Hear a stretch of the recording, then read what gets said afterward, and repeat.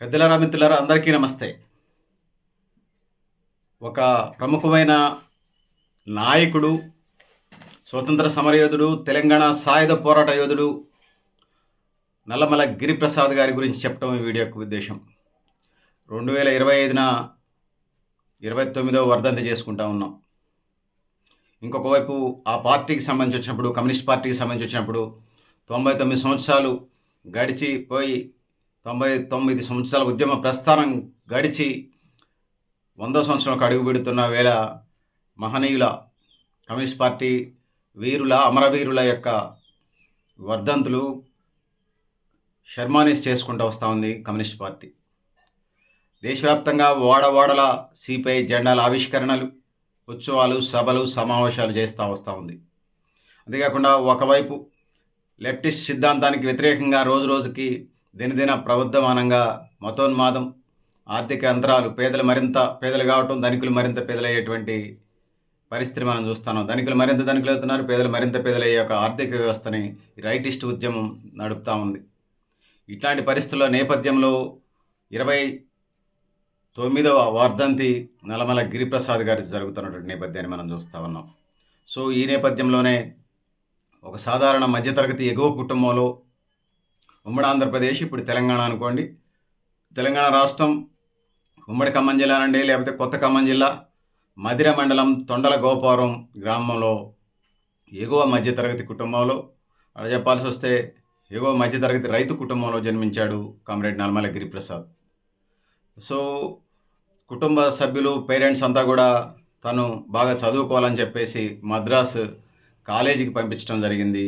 ఉద్యమ నేపథ్యం, ప్రజల పట్ల ఆప్యాయత, తెలంగాణ పరిస్థితులు, నిజాం నిరంకుశ పాలన, రజాకార్ల కృత్యాలు ఇవన్నీ చూసినటువంటి కామ్రేడ్ నల్లమల గిరిప్రసాద్ మనసు కాకావికలమైంది. ఈ నేపథ్యంలోనే చదువుని మధ్యలోనే వదిలేసి వచ్చినటువంటి పరిస్థితి మనం చూస్తూ ఉన్నాం.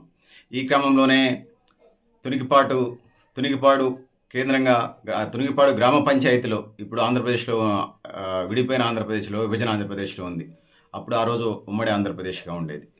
సో ఎన్టీఆర్ జిల్లా తునిగిపాడు గ్రామంలో రాజకీయ శిక్షణా తరగతులకి ఏదైతే ఉన్నదో తన చదువుని వదిలేసి మద్రాస్ యూనివర్సిటీ నుంచి బయటికి రావడం వచ్చి తునిగిపాడు రాజకీయ పాఠశాలలో శిక్షణ తరగతులు తీసుకోవడం జరిగింది. దాని తర్వాత గ్రామ రక్షక దళంలో సభ్యుడిగా అయ్యాడు నల్లమల గిరిప్రసాద్.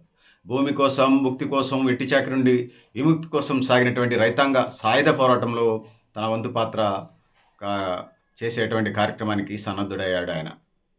అదేవిధంగా పాలవంచ ప్రాంతంలో గిరిదళానికి కమాండర్గా నాయకత్వం వహించాడు.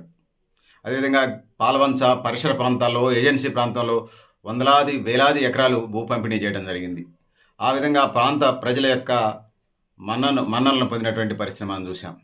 అదేవిధంగా తర్వాత జరిగినటువంటి వాటికి సంబంధించి వచ్చినప్పుడు విశాఖ ఉక్కు, ఆంధ్ర హక్కు జరిగినటువంటి పెద్ద ఎత్తున జరిగినటువంటి ఉద్యమంలో తన ఉన్నటువంటి ఎమ్మెల్యే పదవిని తోటి సిపిఐ సభ్యులతో కలిసి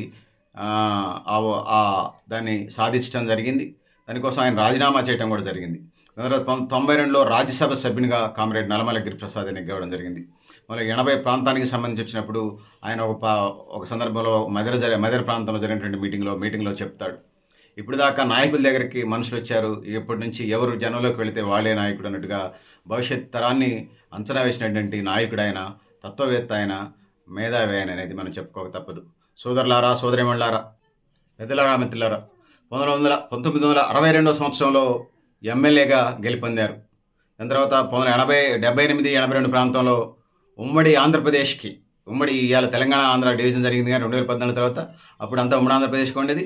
ఉమ్మడి ఆంధ్రప్రదేశ్కి 14 సంవత్సరాల పాటు రాష్ట్ర ప్రధాన కార్యదర్శిగా పనిచేసినటువంటి నేపథ్యాన్ని మనం ఎరుగుదాం. దాని తర్వాత 92లో రాజ్యసభ సభ్యునిగా ఎన్నికై కేంద్ర పార్టీ బాధ్యతలోకి వెళ్ళటం జరిగింది. దాని తర్వాత ఆ విధంగా ముందుకెళ్ళినటువంటి పరిస్థితిని మనం చూస్తూ ఉన్నాం. ఈ నేపథ్యంలోనే సిపిఐ ఆల్ ఇండియా డిప్యూటీ ప్రధాన కార్యదర్శి బాధ్యతలు నిర్వర్తించినటువంటి పరిస్థితిని మనం చూసాం. 17 సంవత్సరాల వయసులోనే తెలంగాణ సాయుధ పోరాటంలో నిజాం నిరంకుశ పాలనకు వ్యతిరేకంగా సాయుధ పోరాటాన్ని నడిపాడు. తెలంగాణ సాయుధ పోరాటంలో జరుగుతున్న సమయంలోనే రజాకార్లకు వ్యతిరేకంగా తన దళంతో ప్రజల విముక్తి, ప్రజల యొక్క స్వేచ్ఛ కోసం, స్వాతంత్రం కోసం పోరాడినటువంటి ధీరుడు, మేరు నగర ధీరుడు ఆయన. సో తెలంగాణ సాయుధ పోరాటంలో కామ్రేడ్ నల్లమల గిరిప్రసాద్ది ఎనలేని పాత్ర అనేది మనం చెప్పుకోక తప్పదు. సో ఆయన జీవిత కాలంలో నీతి నిజాయితీలకి పెట్టింది పేరుగా నిలిచాడు. సో ఆయన జీవితకాలంలో ఒక తుపాకీ తూట దూసుకుపోయినటువంటి ఛాతీలోకి దూసుకుపోయినటువంటి ఒక తుపాకీ తూట మచ్చ తప్ప తన జీవితకాలం మొత్తం ఒక మచ్చలేని మనిషిగా జీవించాడనేది చెప్పుకోవచ్చు. ఇలాంటి అరుదైన నాయకులు నూటికో కోటికో ఉంటారు. అది ఉమ్మడి కమ్యూనిస్ట్ పార్టీకి కానీ దక్కటం అది ఆ పార్టీకి కానీ ఆ ప్రాంతానికి కానీ ఉన్నటువంటి నాయకులలో ఒక రోల్ మోడల్గా ఆయన్ని మనం చెప్పుకోవచ్చు పెద్దలారా మిత్రులారా. సో ఆ విధంగా అనేక గ్రామాలు తిరుగుతూ అనేక ప్రాంతాలను చేస్తూ సమాజ నిర్మాణం కోసం ఆ విధంగా పనిచేసినటువంటి పరిస్థితిని మనం చూస్తాం. గిరిప్రసాద్ గారి మాటలు నేను విన్న మాటలు మీ దృష్టికి తీసుకొస్తాను. అది నల్లపిల్ల తెల్లపిల్ల అనేది ప్రధానం కాదు, అది ఎలికన పట్టిందా లేదా అనేది ప్రధానమైంది. ఈ దేశంలో ఉన్నటువంటి పేదరికం పోవాలన్నా, దరిద్రం నిరక్షరాస్యత పోవాలన్నా దానికి సంబంధించి అప్డేట్ అవుతూ కార్యాచరణ ప్రణాళికలు అమలు చేయటమే ఈ దేశ ప్రజలకు సంబంధించి సమస్యల పరిష్కారం బావుటుగా పోరాటాల యొక్క స్ఫూర్తి, ఆ పోరాటాల లక్ష్యం అదే విధంగా ఉండాలని చెప్పేసి ఆ విధంగా ప్రణాళికలు తయారు చేసుకుంటూ ముందుకు పోవాలి తప్పితే గుడ్డెద్దు చేలోబడ్డట్టుగా వ్యవహరించడం, గుడ్డెద్దు చేలోబడ్డట్టుగా పీడివాదంతో ముందుకు పోవటం కరెక్ట్ కాదనేది ఆయనకున్నటువంటి అభిప్రాయం. సో ఈ క్రమంలోనే తన రాజకీయ జీవితం మొత్తం మచ్చలేని నాయకుడిగా ఈ దేశానికి, కేవలం ఉమ్మడి ఆంధ్రప్రదేశ్కి కాదు దేశానికి కూడా ఎంతో కీర్తి ప్రతిష్టలు తీసుకొచ్చిన నాయకుడైన ఆ విధంగా ముందుకు పోయాడని తెలియజేసుకుంటా ఉన్నాను. సో సోదరులారా సోదరిమణులారా, ఏదైతే ఉన్నదో ఈ దేశ ప్రతిష్టలు పెంచడంలో, ఈ రాష్ట్ర కీర్తి ప్రతిష్టలు పెంచడంలో ముఖ్యంగా సిపిఐ పార్టీకి సంబంధించి ఆయన చేసినటువంటి త్యాగం అజరామరం. 1964 దశకంలో మౌనంగా ఉన్నారని అంటారు. ఆ మౌనం తర్వాత నాయకుడు మళ్ళీ ఒక నిర్ణయం తీసుకోవాల్సి వచ్చినప్పుడు కమ్యూనిస్ట్ పార్టీకి అంకితమై తన జీవితకాలం పనిచేసినటువంటి పరిస్థితిని మనం చూస్తాం.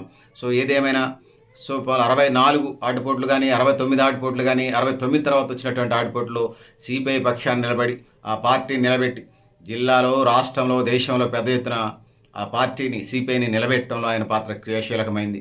సో కార్యకర్త నుంచి జాతీయ స్థాయి దాకా అందరితో అవినాభావ సంబంధం ఉన్న మాస్ లీడర్ ఆయన, బహుముఖ నాయకుడు ఆయన. ఆ విధంగా తలలో నాలుకలాగా ముందుకెళ్ళినటువంటి నాయకుడు. ఏదైతే ఉన్నదో వారి యొక్క సంకల్పం, ఆశయాలే దేశానికి, పార్టీకి ఒక ఏమంటారు ఒక భాండాగారం అని మనం చెప్పుకోవచ్చు. ఆ విధంగా ఉన్నదనేది తెలియజేసుకుంటూ, పెద్దలారా మిత్రులారా, మీరు కూడా మీ అభిప్రాయాలు కామెంట్ బాక్స్లో రాయడానికి తెలియజేస్తూ, నేను గరిడేపల్లి సత్యనారాయణ న్యూ లక్ష్య ఆర్గనైజేషన్. తెలంగాణ సాయుధ పోరాటం అనగానే నాకు 2 మాటలు గుర్తుకొస్తున్నాయి, అది చెప్తూ నేను ముగిస్తాను. కారం రోకలి, ఒడిసెల బరిసె, పలుగు పార, కత్తి సుత్తి, ఒక్కటేమిటి అందిందల్లా ఆయుధమైంది, కాకతీయ కథల పటిమ కదలాడిందక్కడ, ప్రజాదండు ఉరకాలను గుండాలను తరిమి కొట్టింది. ఆ తెలంగాణ సాయుధ పోరాట నాయకత్వం వహించినటువంటి క్రియాశీలమైన నాయకుల్లో ప్రధానమైనటువంటి నాయకుడు కామ్రేడ్ నల్లమల గిరిప్రసాద్. పెషావర్ వీర జవాన్లు, సర్దార్ భగత్ సింగ్ అనుచరులు చివరగా ఎంచుకున్న బాటని ఇదేనని చెప్పేసి ఆయన నడిచినటువంటి బాట ఏదైతే ఉందో కమ్యూనిస్ట్ పార్టీ అని చెప్పేసి, భగత్ సింగ్ మరణం తర్వాత చాలామంది భగత్ సింగ్ని 1923 మార్చి 31వ తేదీన 1924 మార్చి 31వ తారీఖున ఉరి తీయటం జరిగింది. ఆ ఉరి తీసినటువంటి నేపథ్యంలో మార్చి 23న ఉరి తీయటం జరిగింది. తనతోనున్న సహచరులకి యావజ్జీవ శిక్షలు పడ్డాయి. యావజ్జీవ శిక్షలు పడ్డటువంటి భగత్ సింగ్ అనుచరులు కూడా ఉమ్మడి కమ్యూనిస్ట్ పార్టీలో జాయిన్ అయ్యి ఈ దేశ స్వాతంత్రం పోరాటంలో పాల్గొన్నారు. దాని తర్వాత స్వాతంత్రం అనంతరం ఈ దేశ అర్ధరాత్రి స్వాతంత్రం ప్రజలకి అందలేదు. ఈ దేశంలో దరిద్రం, పేదరికం, అవిద్య ఇవన్నీ ఉన్నాయి. 100కి 15% కూడా అక్షరాస్యత లేదు. 100కి 80% పైగా పేదరికం ఉన్నది. సాగునీటి, త్రాగునీటి ప్రాజెక్టులు అంతా ఫ్లోరైడ్ నీళ్ళు తాగడానికి సాగునీటి ప్రాజెక్టులు దిక్కేలేదు. ఈ నేపథ్యంలో దేశాన్ని బాగు చేసుకోవడం కోసం ఆ తొలితరం నాయకుల్లో చెప్పుకోవటటువంటి గొప్ప నాయకుల్లో కామ్రేడ్ నల్లమల గిరిప్రసాద్ ఒకరని తెలియజేస్తూ, వాళ్ళు చేసినటువంటి స్వాతంత్ర పోరాట త్యాగ ఫలాలు, వారు ఇచ్చినటువంటి ఆశయ స్ఫూర్తి భవిష్యత్ తరాలకు స్ఫూర్తిదాయకమని చెప్పేసి, ఈ దేశం సుభిక్షంగా పచ్చని పైర్లతోని త్రాగునీరు, సాగునీరు, విద్య, వైద్యం వీటన్నిటితో పాటు తినడానికి తిండి, ఉండడానికి ఇల్లు, కట్టుకోవడానికి బట్ట, విద్యా, వైద్యం, ఉపాధి ఇవన్నీ నాడే నిజమైనటువంటి అభివృద్ధి అని చెప్పేసి అదే కామ్రేడ్ నల్లమల గిరిప్రసాద్ గారికి ఇచ్చే నిజమైన నివాళని తెలియజేసుకుంటూ, పెద్దలారా మిత్రులారా, మీరు కూడా మీ అభిప్రాయాలను కామెంట్ బాక్స్లో రాయని తెలియజేస్తూ, నేను Garidepalli Satyanarayana new Lakshya organization. Thank you and all.